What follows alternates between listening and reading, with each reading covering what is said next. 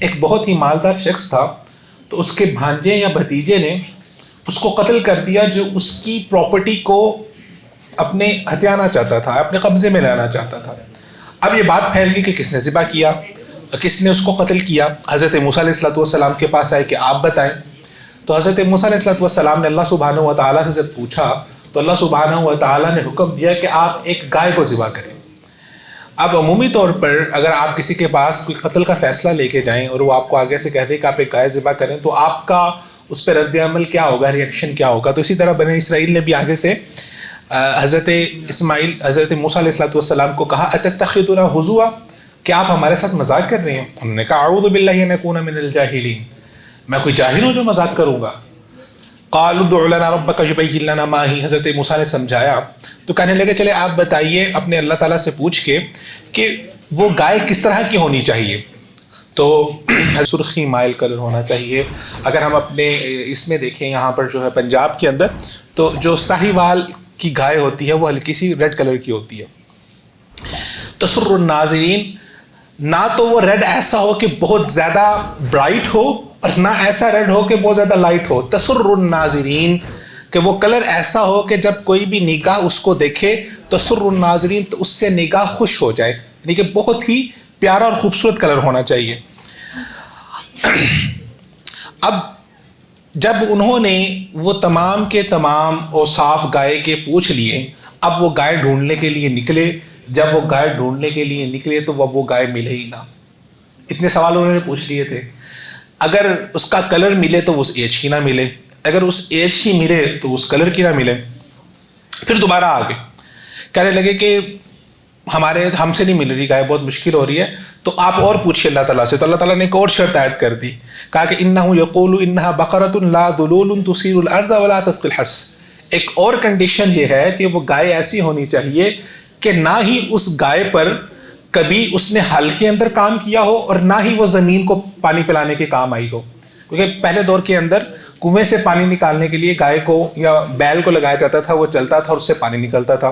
تو اس نے کبھی کوئی ایسا کام بھی نہ کیا، مسلمۃ لا شیئۃ فیہا، اس میں کسی قسم کا عیب نہیں ہونا چاہیے۔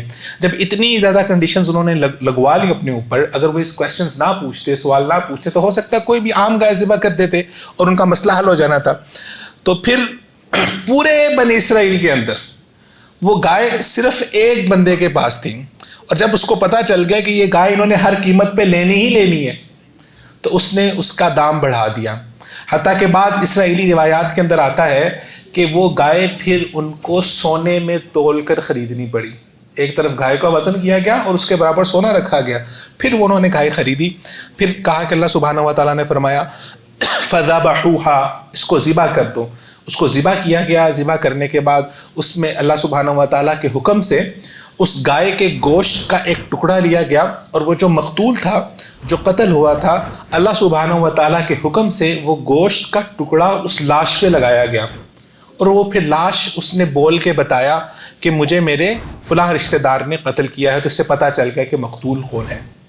اب بنیادی طور پر سورۃ البقرہ جو ہے یہ مدنی سورت ہے اور قرآن مجید کی سب سے بڑی سورتوں میں سے ہے، اور یہ رسول اللہ صلی اللہ علیہ وسلم پر اس وقت نازل ہوئی جب آپ صلی اللہ علیہ وسلم مدینہ ہجرت کر کے آ گئے تھے۔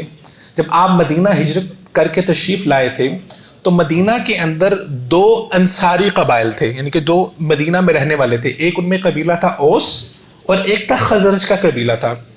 اور مدینہ سے اگر آپ لیفٹ سائڈ پہ، یعنی کہ ایک جانب ہے جو مکہ کی جانب ہے، جب آپ دوسری جانب جب نکلتے ہیں تو round about 60 kilometre to 70 kilometre جب آپ نکلتے ہیں تو خیبر کا ایریا آتا ہے۔ اس خیبر کے ایریا میں یہود آ کر آباد تھے، اور یہودیوں کے جو قبیلے تھے جن میں بنو قریظہ تھا، بنو قینقاع تھا، بنو نذیر، یہ 3 بڑے قبیلے تھے جو وہاں پر آ کے آباد ہوئے تھے۔ اور یہ وہ قبائل تھے جو یہاں پر نہیں رہتے تھے، کیونکہ یہودیوں کی جو کتاب ہے، اگر ہم دیکھتے ہیں کہ جو old testament and the new testament, جو اولڈ ٹیسٹیمن ہے وہ بنیادی طور پر تورات ہے، اور جو نیو ٹیسٹیمن ہے وہ انجیل ہے جو حضرت عیسیٰ علیہ السلام پر آئی تھی۔ تو حضرت عیسیٰ کوئی نیا دین نہیں لے کے آئے تھے، وہ اسی اولڈ ٹیسٹیمن کی تھوڑی سی تجدید تھی۔ تو تورات کے اندر بھی اور انجیل کے اندر بھی اس بات کا ذکر تھا کہ یہودیوں کو پتا تھا کہ ان کا ایک مسیحا، جسے ہم انگلش میں مسایا کہتے ہیں، ایک مسایہ آنے والا ہے، اور اس مسایہ کے حوالے سے کچھ علامات ان کی کتابوں میں موجود تھی کہ وہ مسایہ کون سے ایریا میں آئے گا، کون سی زمین میں آئے گا. تو ان کے اندر ایک بنیادی علامت یہ تھی کہ وہ مسایہ اس ایریا میں آئے گا جہاں پر کھجوروں کے بہت زیادہ باغات ہوں گے. اور آپ ابھی بھی اگر مدینہ میں جائیں تو مدینہ میں جو قباء کی سائڈ ہے وہاں پر اور پھر خیبر کے علاقے میں آپ کو بے شمار درخت ملیں گے، بے شمار وہاں پر آپ کو باغات ملیں گے. اور آخر میں جب رسول اللہ صلی اللہ علیہ وسلم نے ان کو وہاں سے نکالا تو سورۃ الحشر کے اندر آخری آیات کے اندر اللہ تعالیٰ نے فرمایا کہ تم درختوں کو کاٹ رہے ہو، ان کو ان کے گھروں سے نکال رہے ہو. تو یہودی وہاں پر آباد تھے. اب یہودی جب وہاں پر آئے نا تو یہودی ہمیشہ سے بہت ہی پولیٹیکل قوم ہے، اور وہ پولیٹیکلی بہت رائٹ ہوتے ہیں. ان کو پتہ ہوتا ہے کہ فیوچر میں کیا ہونے والا ہے. تو ان کو اندازہ تھا کہ ہم پہلے کیا تھا، ان کی ہسٹری کیا تھی کہ ان کو مصر کے اندر فرعون سے مار پڑی. ویسے اگر آپ یہودیوں کی ہسٹری دیکھیں گے تو ان کو تاریخ میں ہمیشہ مار ہی پڑتی آئی ہے، اور ان کو بہت مار پڑی ہے.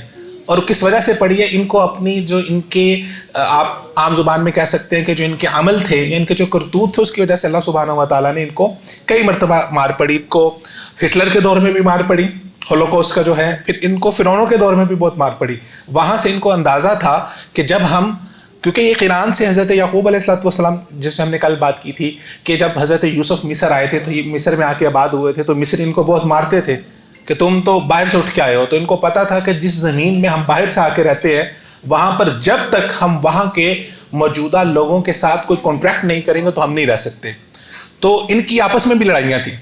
تو انہوں نے آ کر ایک قبیلے نے اوس کے ساتھ کانٹریکٹ کر لیا اور ایک قبیلے نے خزرج کے ساتھ کانٹریکٹ کر لیا تاکہ ہم ان کے کانٹریکٹ میں رہیں. اور عرب کے ہاں، عرب کا جو قبائلی سسٹم ہے، جو ٹرائبل سسٹم ہے، اس میں جو سند ہوتی ہے، جو قبیلے کا کانٹریکٹ ہوتا ہے، اس کو ہم عربی زبان میں کہتے ہیں حلف نامہ. حلف بنیادی طور پر کسی چیز کی قسم اٹھانے کو کہہ دیتے ہیں. تو اگر آپ کسی کے حلیف ہو جاتے ہیں، یا عرب کے اندر اگر کوئی انسان، یہ ان کے ٹریڈیشن ہے ان کی کہ اگر کوئی انسان کسی کو پناہ دے دیتا ہے تو وہ پھر اس کے اوپر اپنی جان مال اپنا سب کچھ قربان کر دیتا ہے کہ وہ اس کو ہمیشہ سے پناہ دیتا ہے. تو ان کو عرب کا بھی اندازہ تھا، تو لہٰذا وہ لوگ آ کے ان کے ساتھ جو ہے انہوں نے کانٹریکٹ کر لیے.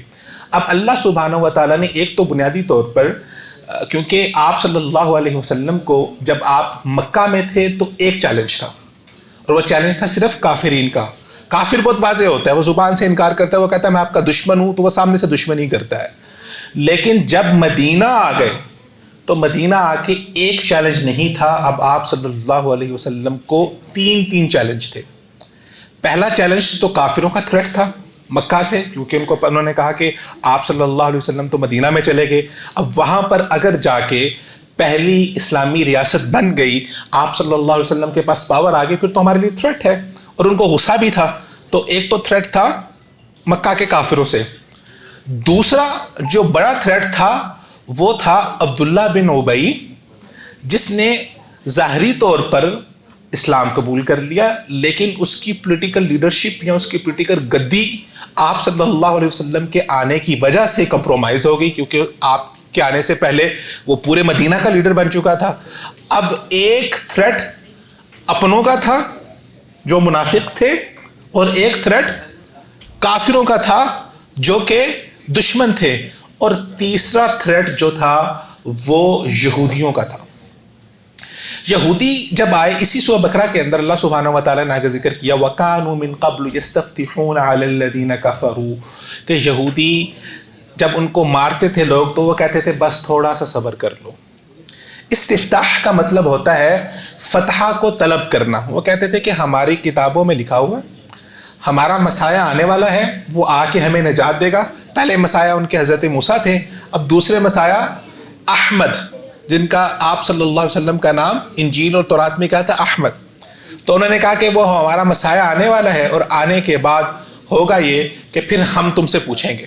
اور ظاہری بات ہے آپ صلی اللہ علیہ وسلم کے آنے کے بعد دنیا کا نقشہ ہی بدل گیا. اسلام نے آ کے دنیا کے ڈائنامکس کو ہی چینج کر دیا. اسلام کو اللہ سبحانہ و تعالیٰ نے فتح دی، اور ایسی کمال فتح دی، ایسا کمال عروج دیا. والذی ارسل رسولہ بالہدی ودین الحق، کہ حضرت عمر رضی اللہ تعالیٰ عنہ کے دور تک 22 لاکھ مربع میل آدھی دنیا کے اوپر اسلام غالب آ چکا تھا. تو یہ اسلام کا غالب آنا تو طے تھا، اور ان کی کتابوں میں موجود تھا، اور ان کو یہ لگتا تھا کہ اس کے بینیفیشری ہم ہوں گے. اب اللہ سبحانہ و تعالی ہر انسان کو ہر جگہ سے آزماتا ہے.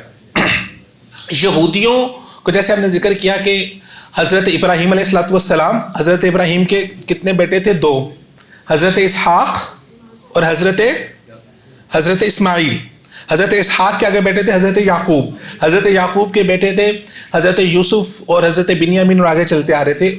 تو جتنے نبی آئے تھے آگے وہ سارے کے سارے حضرت اسحاق کی اولاد میں سے تھے. اور ان کو یہ لگتا، یہ ایک نا بہت بڑا آپ کے پاس وہ ہوتا ہے، مطلب کہ ٹرمپ کارڈ ہوتا ہے. آپ نے دیکھا ہوگا کہ کوئی بھی دکان ہوتی ہے وہ باہر لکھتی ہے سنس 1995 کہ ہماری دکان اتنی دیر سے چلتی آ رہی ہے. تو ان کو تھا کہ سنس جب سے نبوت آئی حضرت ابراہیم، کیونکہ حضرت ابراہیم ان تمام انبیاء کے جد ہیں، تو ان کو کہا کہ جب سے نبوت شروع ہوئی حضرت ابراہیم سے سارے کے سارے نبی کہاں سے آئے ہیں؟ بنی اسرائیل میں سے آئے ہیں. لیکن اللہ سبحانہ و تعالیٰ نے آزمانا تھا. اللہ سبحانہ و تعالیٰ نے آخری نبی محمد رسول اللہ صلی اللہ علیہ وسلم کو حضرت اسماعیل کی اولاد میں، حضرت اسماعیل سے لے کے، یعنی کہ 2 بھائی تھے حضرت اسماعیل اور حضرت اسحاق، تو حضرت اسماعیل کی اولاد میں حضرت اسماعیل سے لے کے رسول اللہ صلی اللہ علیہ وسلم تک کوئی بھی نبی نہیں.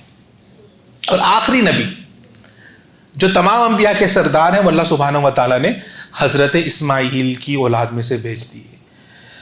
اب جب انہوں نے وہ جتنی اوصاف، جتنی کوالٹیز ان کی کتابوں میں موجود تھیں، جب انہوں نے ساری رسول اللہ صلی اللہ علیہ وسلم میں دیکھ لیں، اب ان کو تو چاہیے تھا کہ فوری طور پر ایمان لے آتے، لیکن ان کا امتحان تھا. یہاں پر کیا آ جاتا ہے جسے عمومی طور پر ہم کہتے ہیں شریکہ. کہتے ہیں کہ شریکہ، اچھا یہ ہمارے شریکے کے اندر آ گیا نبی، کہ ہمارے چچا کے گھر کے اندر آ گیا، کہ وہ حضرت جو ہے اسحاق اور حضرت اسماعیل جو ہے وہ آپس میں بھائی تھے اور ان کی والدہ بھی مختلف تھی. تو اس وجہ سے وَكَانُوا مِن قَبْلُ يَسْتَفْتِحُونَ عَلَى الَّذِينَ كَفَرُوا، وہ جو پہلے کہتے تھے کہ ہمارا مسیح آنے والا ہے، انہوں نے کیا کیا کہ انہوں نے پھر اس بات کا انکار کر دیا صرف اور صرف اپنے حسد کی بنیاد پر کہ آخری نبی حضرت اسحاق اور بنی اسرائیل میں سے کیوں نہیں آئے، وہ حضرت اسماعیل کی اولاد میں سے کیوں آ گئے. تو پھر یہ تیسرا تھریٹ جو ہے، جو سب سے چالاک دشمن تھا یہودی جو وہاں پر آباد تھے، ان کا آ گیا. اور ان کے بارے میں بتانا، ان کے طریقہ کار کو، ان کی اسٹریٹجیز کو سمجھانا، یہ رسول اللہ صلی اللہ علیہ وسلم کو بہت ضروری تھا. تو سورۃ البقرہ بنیادی طور پر بنی اسرائیل یا یہودیوں کی اسٹریٹجیز کو ڈیکوڈ کرتی ہے. اللہ سبحانہ و تعالیٰ نے ہر آیات کا جو ایک تسلسل ہے، اس کے بعد آگے یہودیوں کا طرز عمل بتایا، بنی اسرائیل کا طرز عمل بتایا، تاکہ آپ صلی اللہ علیہ وسلم ایک تو ان کو پہچان لیں، کیونکہ یہودی وہ تھے جو مشرکین اور منافقین میں سب سے زیادہ دین کے بارے میں جاننے والے تھے. تو ان کو پتا تھا کہ کس طرح سے کیسے جو ہے وہ ہم جو ہے وہ وار کر سکتے، تو وہ سب سے خطرناک دشمن تھے. تو اس لیے اللہ سبحانہ و تعالیٰ نے، جو ہم دیکھ رہے ہیں کہ سورۃ البقرہ کے اندر جگہ جگہ اللہ سبحانہ و تعالیٰ یہودیوں کے واقعات کو ذکر کر رہے ہیں. تو یہ واقعہ بھی اللہ سبحانہ و تعالیٰ نے اسی طرح سے ذکر کیا. تو اس کے 2 مقاصد ہیں. ایک مقصد تو یہ ہے کہ ان کی اسٹریٹجیز کو سمجھنا، اور دوسرا مقصد یہ ہے کہ ہم نے اپنی اصلاح کرنی ہے کہ ایک مسلمان کا عمل یا ایک ادب کیا ہونا چاہیے کہ جب اللہ سبحانہ و تعالیٰ کوئی بات کہیں تو اسمعوا وأطیعوا، سنو اور اس کی اطاعت کرو. یہودیوں کا عمل کیا ہے کہ وہ سنتے ہیں اور سننے کے بعد اس میں غلطیاں نکالنے کی کوشش کرتے ہیں، اس پر طرح طرح کی تعویلات کرنے کی کوشش کرتے ہیں، اپنی عقلی منطقوں کو اس کے اوپر ڈالنے کی کوشش کرتے ہیں.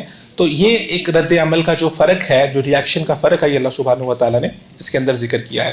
انشاءاللہ العزیز کل کا جو ہمارا ہوگا خلاصہ قرآن، اس میں پھر ہم اس کا جو اگلا سٹیپ ہے کہ جب ان کو یہ پتہ چل گیا تو انہوں نے پھر رسول اللہ سے دشمنی پال لی، حتیٰ کہ آگے اللہ تعالیٰ نے ذکر کیا کہ انہوں نے حضرت جبریل کو بھی اپنا دشمن بنا لیا.